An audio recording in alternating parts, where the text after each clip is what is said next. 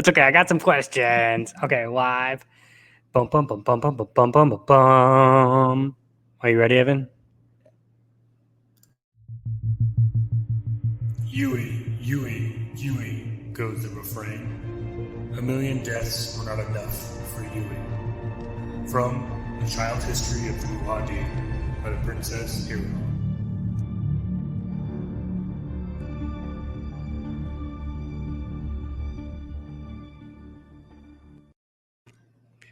Welcome to Reading Dune, a podcast where we read Dune by Frank Herbert and talk about it. If you're a Fremen or a first-time reader, this podcast is for you. My name is Caleb Pauls. And I'm Evan Diaz. And together, we are going to read some Dune. Yeah, we are. Yes, we are. Boom. Here we are. We made it. We finally made it. Sorry, we had a bunch of technical difficulties getting this podcast up and running. We switched streaming platforms, and so I had to reset up the whole thing. But we made it. Yeah. Well, this looks good. This looks cool. For those of you that are actually watching, it looks cool, right? Yeah, I think so. And if you want to watch live on our YouTube channel, you can just search Reading Dune on YouTube. And you can not only listen to us, but also watch us. Cool. So, Did not yes. You're like, wait, we've been live this whole time? I had no idea. Oh, gosh. What do I do? Okay, so the chapter starts out with this quote, which is a child's history of the Muad'Dib. So I only guess this is like a children's book. Right. Like a little kid Bible, you know? Right. Full of pictures and like sing-songs. Yeah. And That's a really morbid song for little kids to sing. A million deaths were not enough for Yui. And we all fall down. Right. And we're still like, for me, reading with no context, it's still like, what is he gonna do? You know, like a million deaths and like, I don't know. That's kind of crazy. I'm wondering what's gonna happen. So it's very clear that Yui is obviously a traitor, especially with this quote. Right. So I want in the future. I wanted to go back and review real fast Piter's plan. Right. You said it was going to play into everything. So yeah, everything moving forward, we're going to see where it will match up with his plan. All right. So it starts with that the Dr. Yui, will move against the Atreides, and that Leto should know that Yui is the traitor, but won't be able to do anything. Oh. So at this point, we think they're assuming that he knows already? I know. I don't think they know there's a traitor yet. Okay. So yeah. So first, there's going to be several diversions in Arrakeen. So the Harkonnens are going to place some bugs around there, and they're going to try to like weed them out. Yeah. You know, there will be an attempt on Paul's life, which may or may not succeed. Okay. Hawa will be convinced there's an agent moving against them. Like the traitor? A traitor is among them. They'll narrow down there is a traitor.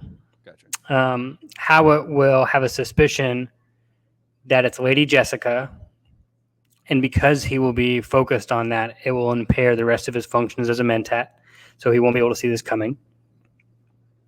Hawa may or may not try to kill Jessica. There will be uprisings in garrison towns, but the Atreides will put down. Right. So they can think they're winning, so they can feel like, hey, we're doing okay. And when the moment is right, they will signal Yui and send in the Harkonnens and the Sardaukar. Wait, okay, so there's both. There's the Harkonnen and the Sardaukar? Because I thought it was just the Sardaukar dressed in Harkonnen livery. I think they're going to send both. They're going to send both armies to make sure that the Atreides is done for. Ooh. And then last but not least, the Duke may flee and send his family with the Fremen, but their path will be blocked by the planetary ecologist kinds. Gotcha. So there's a contingency plan. If they don't kill him, if they go to the desert, the people in the desert should kill him. Right. All right, so that's our plan. Yui's our traitor. Yui knows he's the traitor. Right. So let's see what's going on here. So Yui is kind of on pins and needles as they're going to Arrakis. Right. He knows his time has come. He's now just waiting for the signal. Yeah. So that's got to make anybody nervous. And the only person that could really sniff him out would be Jessica. Right. She's the Bene Gesserit. So this is going to be a big test. Can he get past her? So we just left Jessica and the Shadout Mapes, and she's going to go see Paul. So she finds Paul's room, and she goes in the room, and Dr. Yui has his back to her. His attention is outside the window. He's kind of looking out the window. Right.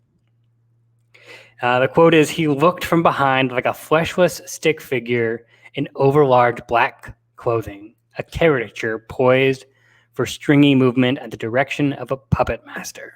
Oh my gosh. It's so like... They're not kind to Yui in any way. No. There is no, 1,000,000 deaths are not enough for Yui. So Jessica enters the room and she says, "Good afternoon, Dr. Yui." She wants to know where Paul is. He nodded as though something was outside the window and spoke in an absent manner without turning. "Your son grew tired, Jessica. I sent him into the next room to rest." Abruptly, he stiffened, twirled his mustache, right, which was flopping over his purple lips. I love the descriptors here. Right. Science fiction, they got purple lips. "Forgive me, my lady. My thoughts were far away. I did not mean to be familiar." All right, so this is his first kind of plan. Let's play dumb or... Well, it felt kind of like he just like forgot his place for a second, and he was like, "Paul's chilling, Jessica. Like, he was tired. Oh shoot, I'm not supposed to talk to you that way." That's like the vibe that I got. Yui doesn't really have it all together, so that's what I was feeling. But maybe I'm wrong. Well, okay, that's a good point.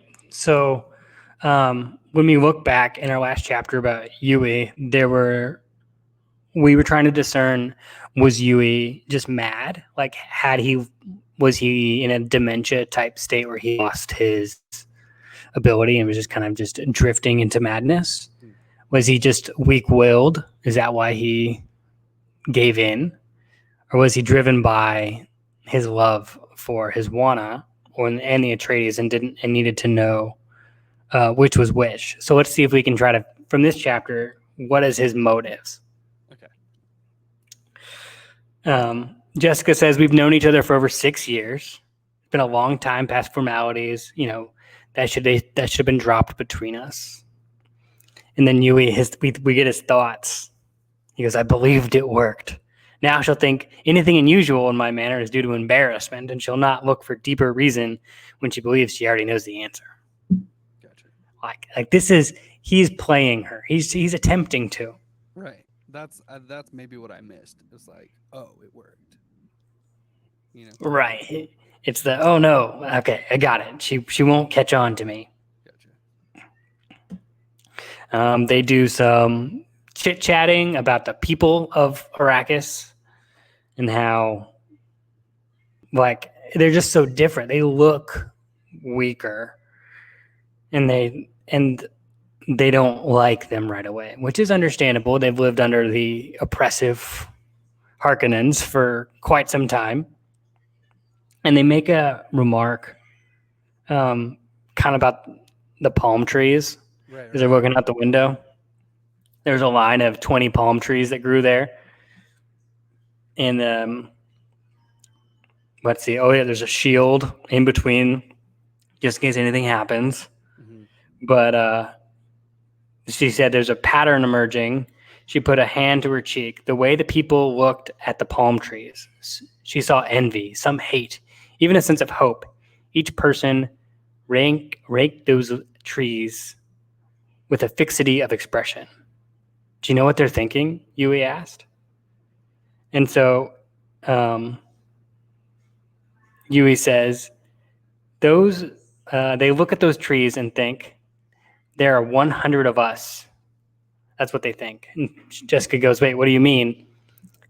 And he goes, well, those are date palms, and one date requires 40 liters of water a day, and a man only requires 8. So therefore, if there's 20 palms, that's 100 extra men. And so she's like doing the calculations, and evidently there had been like, well, she says that some of the people look at the trees, hopefully, like they're like, well, maybe they look at them and say, this could be our planet one day. We're not forced to have these harsh conditions. Right. Under the right leadership, maybe it won't just be at this palace. Maybe it'll be everywhere, and water won't be as scarce. Right. I think that's what she's trying to say that the Atreides will do, because they are good rulers, right? They want the best for their people and steward their planet well. And so she was like, we kind of like look at this a little too critically.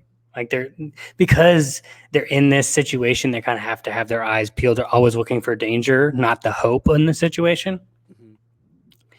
And so she was like, the spice could make us rich. With a fat treasury, we could make this world into anything we wish. Like if we use the resources available, we could do this. But then she was like, well, who am I trying to convince? Like, we have all this money, but we still can't buy security. Like, we're still not safe. Right. What can we really do? Yeah. But that's like from the outside. They can't buy security from the Harkonnens and from the Imperium. Like she does have this hope that they could change the planet to be a better place, a more like a little bit more like Caladan. So then the people would love them.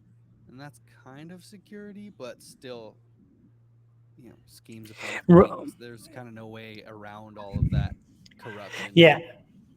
You have to get to that point of trust with the Fremen, and that could take some building. But I think there's definitely that in her mind, she's like, okay, this is where we are now. This is where we could be. And that, like, I think that idea is going to carry through, that Arrakis doesn't have to be this way. Right.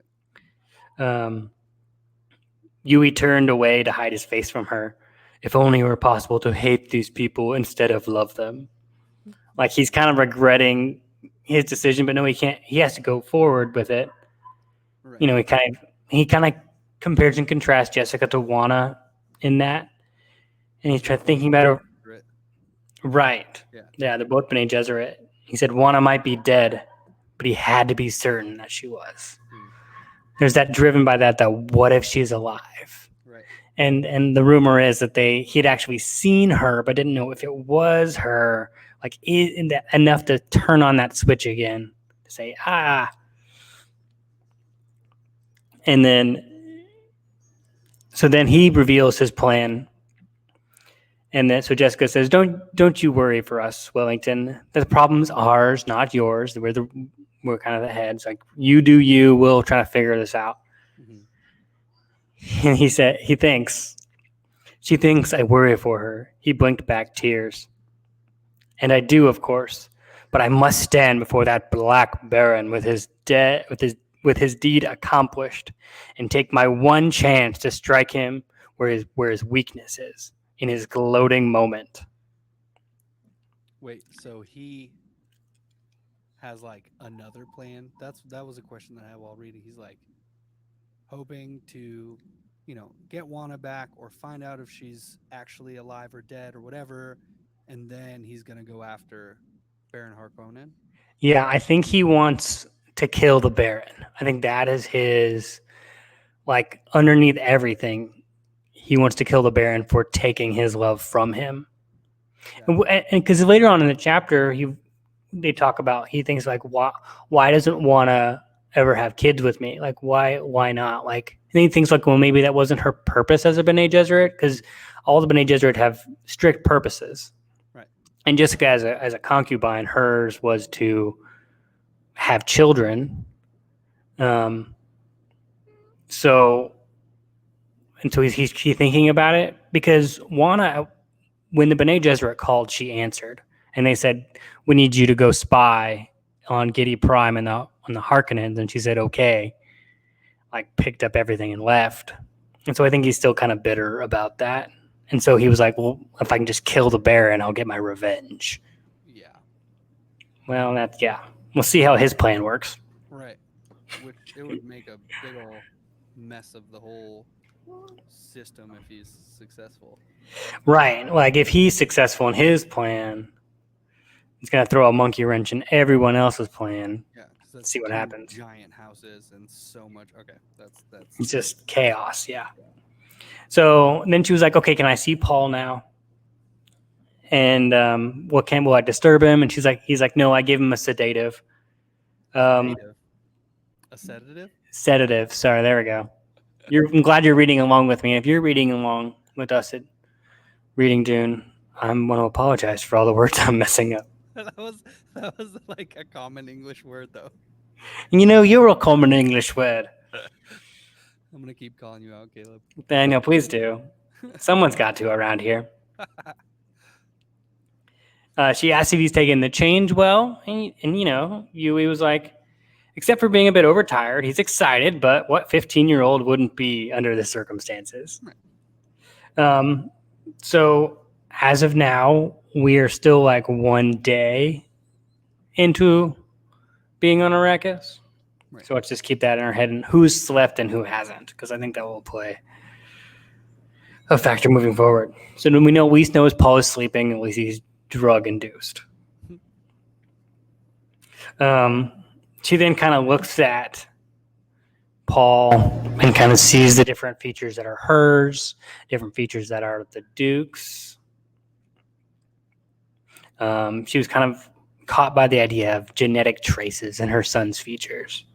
Mm-hmm. Did she like choose those things? Because I know we were talking about Bene Gesserit like have this control over, like enough control to change the gender of a child.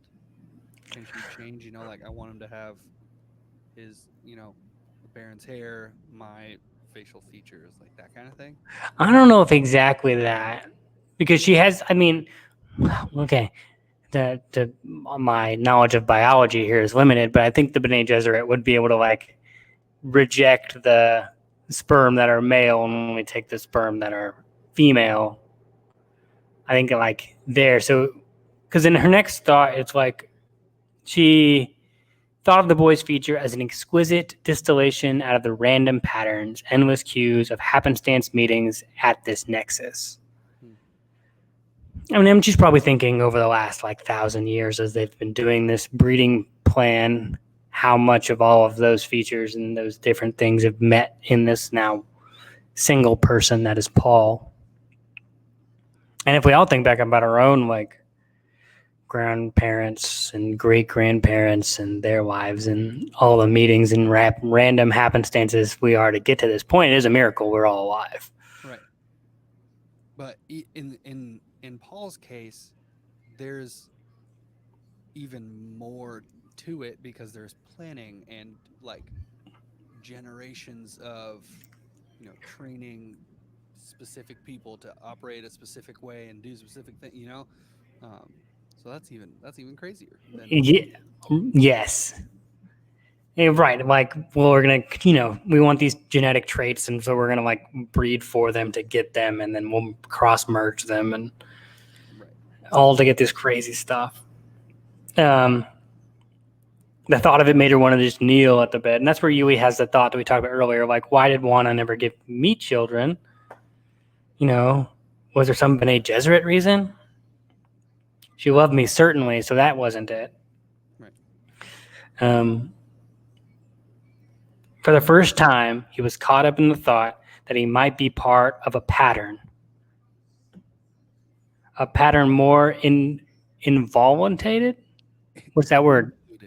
Involuted? What's that mean, Evan? You want to hit me with that? What's that word? I don't know that I can spout the dictionary because I read it and I was like, convoluted? Involuted. Didn't know involuted was a thing. I But I got had my my flashbacks to ESL class when we moved to the States. Like, "What? I did not learn this word." this is why I love reading, because it usually, especially books that are deep and stuff, because I don't know all the words. Right. You gotta look up and get smarter. Yeah, involuted, complicated, or abstruse. What? You can't use a word I don't know to define a word I don't know. That doesn't work. Abstruse? Difficult to understand, obscure. Well, that just makes sense, doesn't it? Okay. All right. So it's part of a plan that's and more complicated than his mind could grasp. I could have just kept reading. That's Well, okay. Context clues, Caleb. Context clues. We're all learning here. I feel like my freshman English teacher is just like waving her finger at me. But it's kind of funny that he got caught in this thought, because we're gonna kind of extrapolate on that as we continue, that he is now part of a plan. Like, he's been tied into this and he almost has no control. Right. Which is another weird factor of how much control do we have in situations, even if you're the traitor. Gosh. Oh, golly, mate. And they're looking at Paul, and it's just like there's an innocence there. And he's saying, there's maybe so much has changed in Paul, even as they're traveling from one place to another. And this is just so very different from the life they had once planned for him. Like, the plan was, of course, you would want him to be the Duke on Caladan and, have that kind of life. But this is something probably nobody saw coming. Yeah. And then we look out the window. She glanced out the right at the slope, humped on the wind-troubled gray-green of the bushes, dusty leaves and dry claw branches. The too dark sky hung over the slope like a blot, and the milky light of the Arakeen sun gave the scene of a silver cast, light like the crysknife concealed in her bodice. The sky is so dark, she said. It's partly the lack of moisture, he said. So I'm imagining that because they're near the poles already. Right. So they would also have, the sun would just like kind of tip over the top, you know what I mean? And then, so they're already in like a lower atmosphere state. So it's probably just like it looks like a thin layer of atmosphere, and then it's just space. Right.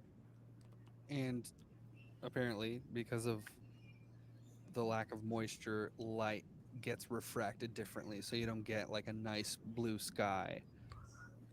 Right. Yeah. And she gets pissed here. Just water. Everywhere you turn, there's water, or the lack of it. Right. And she's about to go off about water for Like, she's day one, it just goes off. And she's got a point here. Like, why is there so little of it? There's volcanic rock. There's a dozen power sources. There's polar ice. You say you just can't drill in the desert. There's storms and sand tides destroy your equipment faster than you can install it if the worms don't get to it. They've never found water traces there anyway. But the mystery, Wellington, the real mystery, is that wells have been drilled here in the sinks in the basins. Have you read about those? He says first there's a trickle and then nothing. And this is something I never caught the first time, but now, like, rereading, I know exactly what they're talking about, and I don't want to give it away, but it's definitely moved into because what happens here is it says, she goes, it's curious. You would suspect some living agency because the water's there and then dries up and never returns. Right. So the water is stopped somehow. She goes, someone plugs it up. That's my suspicion. And it's part of how Arrakis works, the whole environment itself. And how it's literally all going to involve around the spice and why things happen. Knowing that there's something behind this mystery is worse than just like knowing that there's a mystery. That's worse than a spoiler to me. Like, no, you can't tell me that. Oh, by the way, look for this mystery. It's going to pop up. Happening, dang it. Like these could have been wrong, you know? like they're not just talking to talk. Like this, like Frank is like setting up what's to happen. Of course he is. Of course, Frank, and you genius. it's plans within plans within plans. Oh, Frank has plans within plans, man. This is not I mean, okay. he did spend like 6 years researching before writing and like putting it together. And I can respect, as an artist, I can respect that dedication Yeah. to putting all the things in place. Gosh. But of course, who do they suspect right away is The the Harkonnens. Harkonnens? Because what is he gonna do? Okay. Gonna, Where are we gonna land with Harkonnens versus Harkonnens? let's say Harkonnens. Okay, that's fine.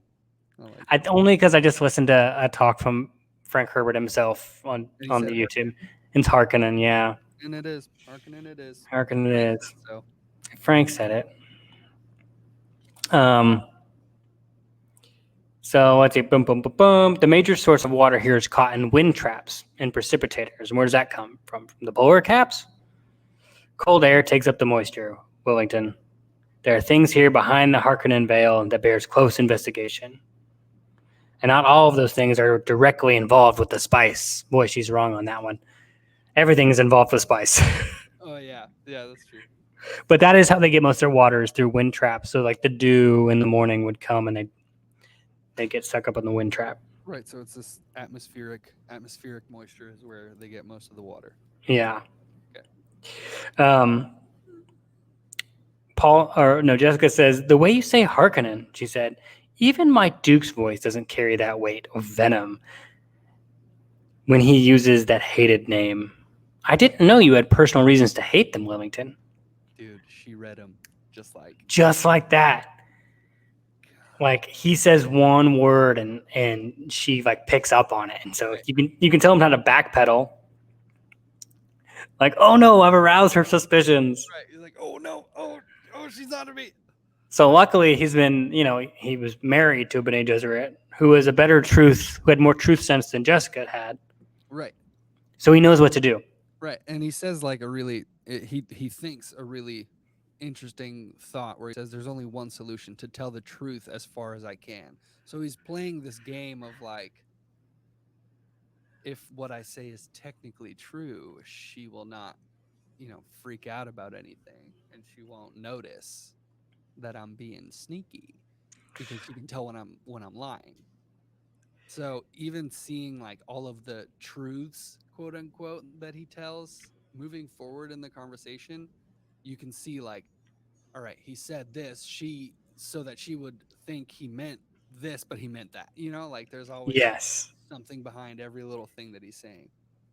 And she even like, because he brings up Juana again, and then she was like, oh, right, I forgot that the Harkonnens killed your wife. And then his wife was Bene Gesserit. The signs are all over him. It's obvious the Harkonnens killed her. Another poor victim bound to the Atreides by a Sharam of hate. Oh my! On that one, dude. Okay, neither does Google. So yeah, I don't even know if it's a word. I think just probably made it up. No, it's probably a real word. Probably. Now we'll just pretend it's made up and harem. Yes, that's it. And she eventually says, like, Wellington, I'm sorry that we brought you into this dangerous place.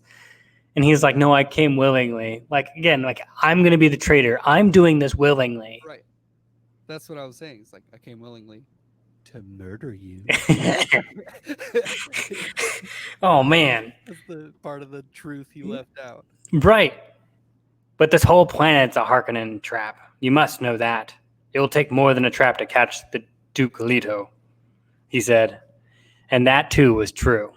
Right. It'll take a stinking little puppet traitor skinny man. That's what it's going to take. But I love how this idea they talk about uprooted plants. It's we've been uprooted. That's why we're uneasy. Mm-hmm. And how easy it is to kill the uprooted plant, especially when you put it down in hostile soil. And we're certainly in hostile soil. Oh yeah, that's a question. He says, "Are we certain the soil's hostile?" Oh, there we go. Yeah. So I don't know. I don't even know what that means. Is there like a flicker of hope in Yui that they'll get out of the whole ordeal? Okay, you know. Yeah, is he trying to set up that narrative again of hope? Right. Like, and then she's quick to say like, but there were water riots. Mm-hmm. When it will learn how many people the Duke was adding to the population, she said. They stopped only when the people learned we were installing new wind traps and condensers to take care of the load. Right. Like, we're adding all these people freak out because there's scarcity of water. Right. No, wait, we're going to install more traps, you'll be fine. Oh, okay, cool, yay! Well, maybe it's like hope for the people that like, oh, these new overlords that are coming in are actually, you know, looking out for us at least a little bit because they've installed these new, you know, that's like a gesture of goodwill on the Atreides, like from the Atreides to the people. Yeah, and I think that's the point that Yui tries to make right afterwards. It says that there's only so much water to support human life. The people know that if more come to drink, there's a limited amount of water, the price goes up, and the very poor die. But the Duke has solved this. It doesn't follow any of the riots mean permanent hostility towards him. Right. It's like, no, I've solved this problem. There's no need to fight. And hopefully that can ease up tensions. But then Jessica kind of sees through that but there's guards, there's shields everywhere. Like, are we safe? Is this a place we can be? Like, the obvious looking around. Right. Are the people on our side because they're seeing all this? Right. If I come in with an army, I'm sure the people are going to be like, are you sure you're here peacefully? Like, you came with tanks. Right. But even like, yeah, but even for Jessica, she's like, okay, well, the people aren't mad at us, but we have like a shield and guards and all of this stuff. Are we sure that they're not trying to kill us? Because if not, why do we have all this? Right. We're making it seem like they're trying to kill us. Right. Are we creating a narrative where they will be the bad guy? Oh, no. Oh, no. Jessica says, I smell death in this place. How it's sent advanced agents here by the battalion, like how it's been, Thufir's put everything out there. And the last quote here in this paragraph, it says, where Thufir goes, death and deceit follow. Right. Like, she's just putting the pieces together. Like, that's his job. His job is deception. It's espionage. It's suspecting people. And of course, if it's all he's doing, of course, he's going to find it. Right. So Yui goes, you malign him. Malign? I praise him. Death and deceit are our only hopes now. I just do not fool myself about Thufir's methods. Right.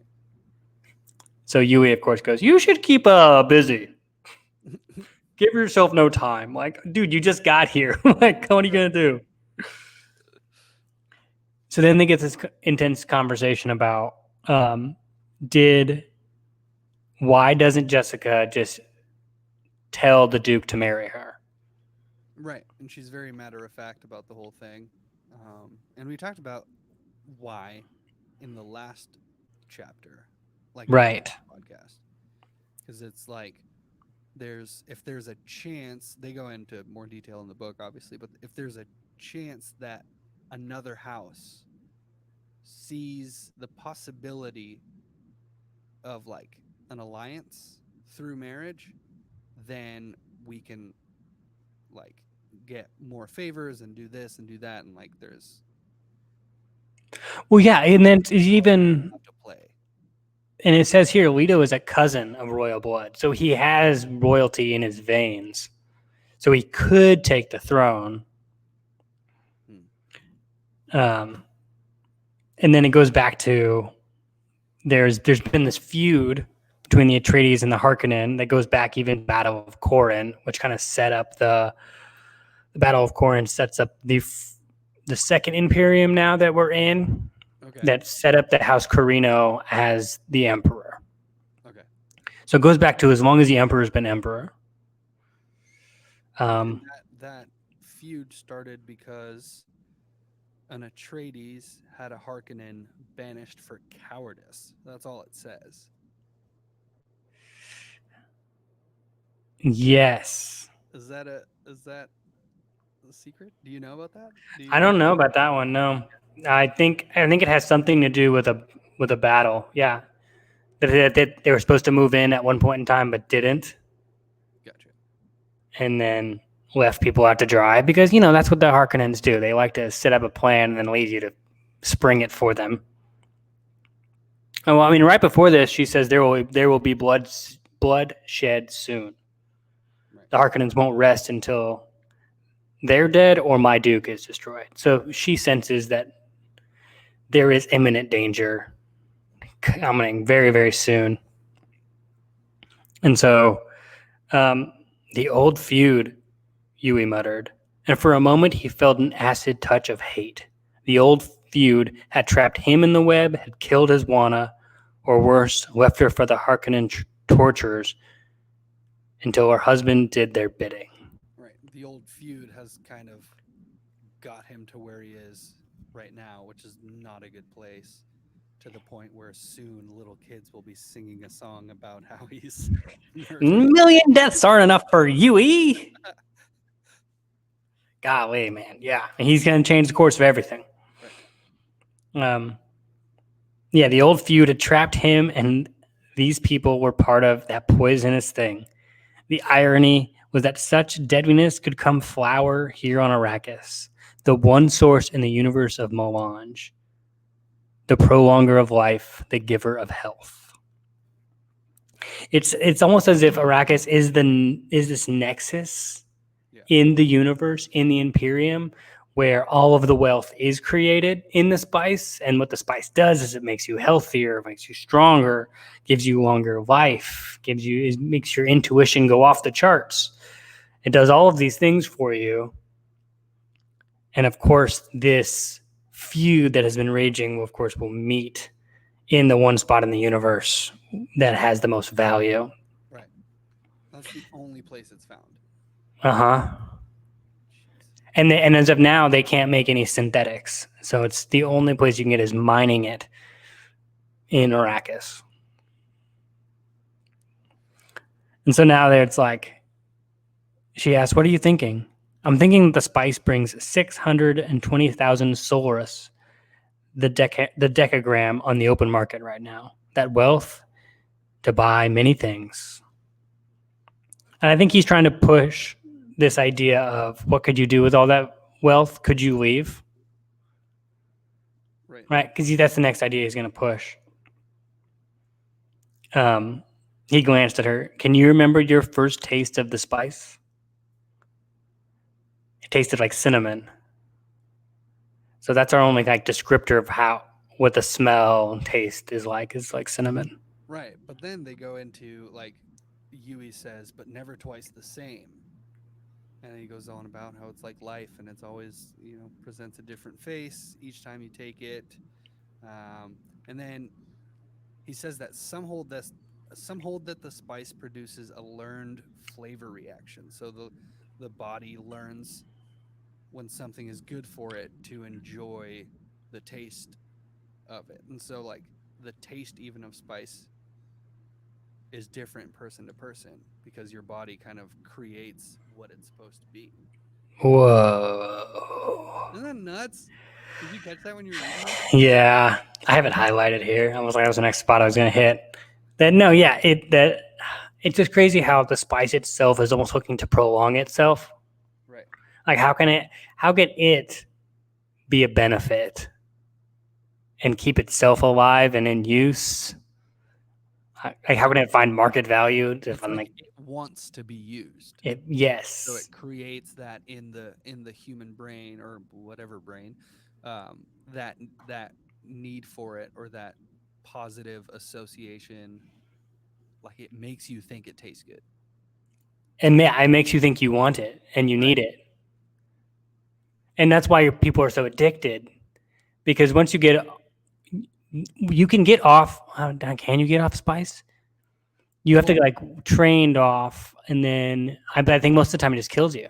Right. That's what the Reverend Mother said, was like, have you seen the whatever she called it? And like, as people that are like exposed to spice enough to get like the blue eyes or whatever, and then coming off of it, it's either like you become a super person or you die. Most of the time people die. Most of the time, people die.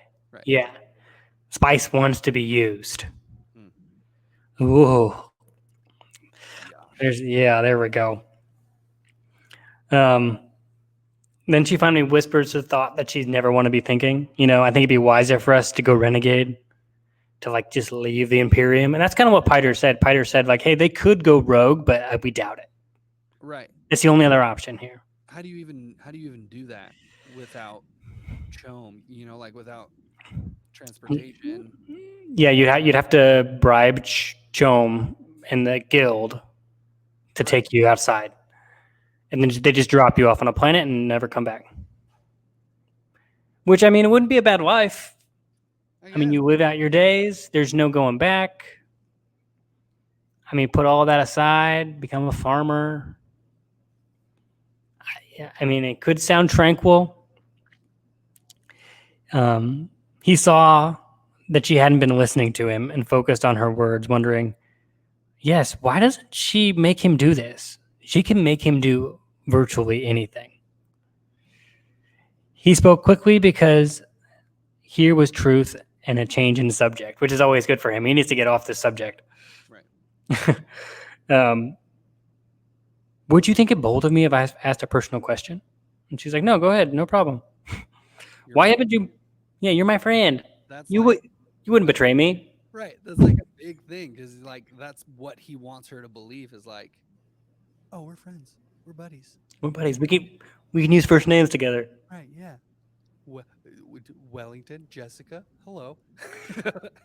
Say whatever you want, bud. Why haven't you made the Duke marry you? Like, personal question, bro. Like, she whirled her head up, glaring.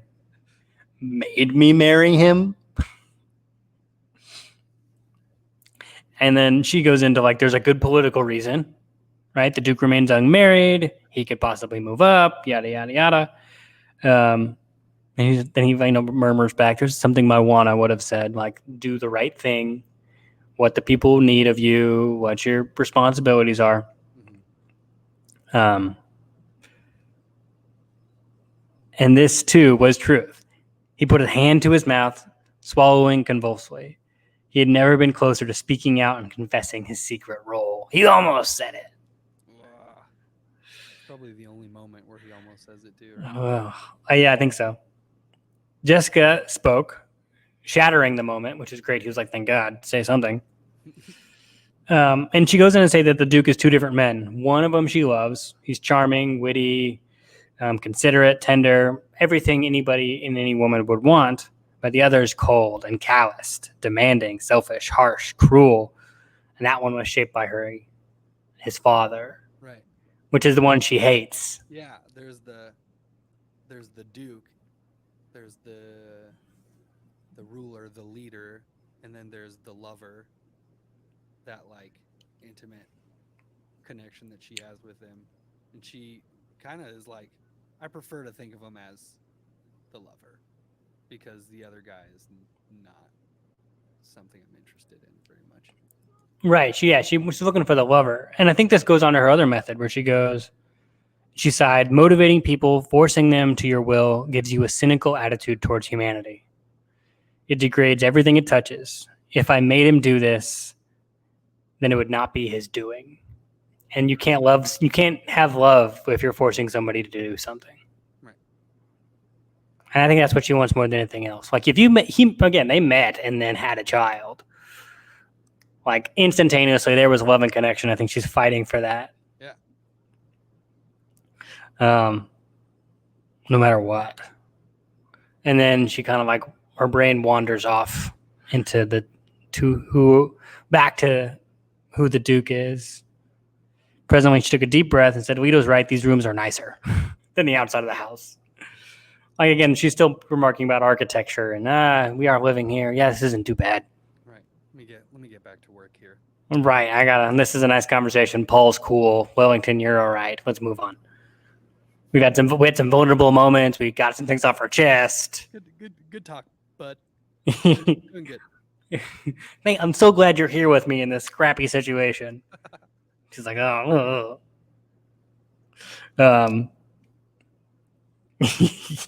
He nodded, of course. And then he thought, the last thought he has here. If only there were some way not to do this thing I must do. There is not doing Just it. don't do it. Whatever. But is he driven by madness? He wants to know, is she alive? I don't know. He's got a plan on top of it. I'm like, I want to think he's driven by love. Because he's so in love with Juana. He's like, if there's even the slightest chance, I have to try to get her out of there, no matter what. Because you can. Maybe I'm being naive when I'm thinking about this, but it's like, even in the way that he thinks about like, oh, if only I didn't love these people, if only I could hate them, this would be a lot easier to do. He is kind of driven by that emotion, and there is that kind of side to him. I don't like that I feel bad for Yui while I'm reading this. 1,000,000 deaths were not enough, man. Right. He obviously sucks, and like visually he sucks. Like everything about him sucks, but he's so conflicted all the time, and he's like, oh, I wish I didn't have to do this, but I do. And like, to quote Stranger Things, only love makes you that crazy, Yeah. And that damn stupid. I mean, I don't think you're wrong there at all. Like, there's definitely he doesn't know if Juana's alive and he needs to check. Right. And I think he thinks that the Duke's dead anyway. Yeah. And that's the other thing that kind of gives him a reason to go through with all this craziness. Like even the Reverend Mother was like nothing for the father. Right. He's gonna die anyway. Like, I love him. He's great, but he's gonna die anyway. I might as well figure out if my wife is alive. Like, there's something.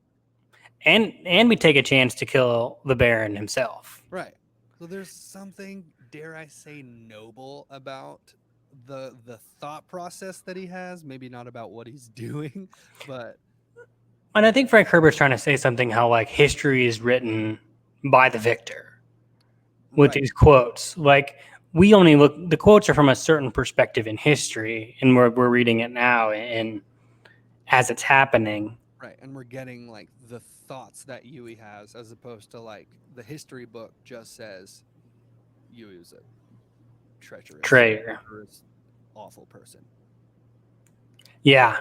And I think there is that thing we need to balance in our brains when we're reading this of like what is history, what is myth, what is reality. Right. It all depends on where you're coming from with it. I mean, as Obi-Wan would say, from a certain point of view. Right. How you're looking at it. Anything you want to add to the end of this before we close out this chapter? You obviously feel for Yui a little bit. You're like, I do, and I don't want to. Yeah. You don't want to. That's what Frank wants me to feel right now. It's like, oh, poor Yui. Like he has to do this thing. No, he's a murderer. The children were. The children sing about it. But I'm conflicted with this whole thing because I still don't know what he's gonna do. And the children knew what he did when they were singing. I mean, the really crazy thing is, we're probably gonna talk about like the last paragraph here at the end of the chapter. Yeah. Right? But like, there's something about how Yui is playing the friend card this whole time, and he's like, well, if I can get like friendship status, I can more easily fly under the radar with all the nastiness that I'm about to do. And it kind of works. and tell the truth the whole time. Right. Because if you're lying, you'll get caught in a lie. Like she'll read your heartbeat somehow that you're lying, Right. and be able to like call you out on it. But if you tell the truth the whole time, you have the chance of you being caught goes way down. Right. But Jessica also drops some bombs at the very end. Okay, go ahead. Let's talk about it. Okay.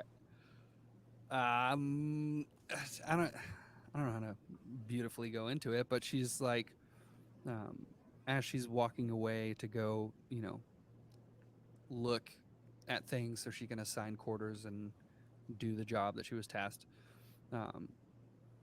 Jessica dropped her arms, crossed to the hall door, and stood there a moment, hesitating, then let herself out. And then her thoughts are, all the time we talked, he was hiding something, holding something back, she thought, to save my feelings, no doubt. He's a good man. Yeah, like it worked. He tricked her, even though she Caught him. She was reading him that whole time. There was even that moment where he's like, "Oh, the way you say Harkonnen, there's a lot of hatred in that, buddy. I didn't know that something." We only had that one glimpse of like what she was thinking while he was talking about things, but in this thought process, it's like obvious that she was very like Bene Gesserit in that moment. She was very much paying attention to like his little cues and everything, and she still got fooled. She still says he's a good man. Again, she hesitated, almost turned back to comfort Yui, and drag the hidden thing from him. So like she could have gone back and used her Bene Gesserit brain magic, Witch magic, yeah. gotten the truth out of him, which would have saved everyone a lot of heartbreak. I'm sure. Yeah. Don't know what's about to happen. We have Piter's plan. That's about it. Right. But she goes on to think or whatever, but that would only shame him, frighten him to learn he's so easily read. Like I should place more trust in my friends. Brrr. No, Jessica, you shouldn't. Like that's a bad move that you just made. Like you almost need to follow through for on this one and like suspect everybody.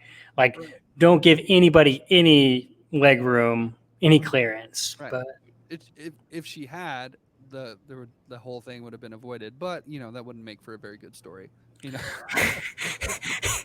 Like the book ends in chapter 15. Like they all come and then they fight him off and it's over. Right. No, we just get this glimpse of hope, but she almost went there. This close. She knew something was happening. I can't imagine how she's gonna feel when whatever happens. She's like, "Oh, dude, that's what he was doing," and then gets stabbed or sandwormed to death or whatever is gonna happen. I mean, it's not going to be pretty for Yui, I'll put it that way. Oh gosh. But he had it coming. 1 million deaths were not enough. Yeah. From the childhood history of the Muad'Dib. Right. Man, and the Muad'Dib's going to change everything. Whole world's going to turn upside down. Well, I just want to thank everybody for listening and watching along. We're on Twitter at Reading Dune. If you have any emails, questions, things you want to ask us, hit us up there. Also, you can email us at readingdune@gmail.com. YouTube, Reading Dune, the Dune of Readings. That's what we're doing. My name's Caleb.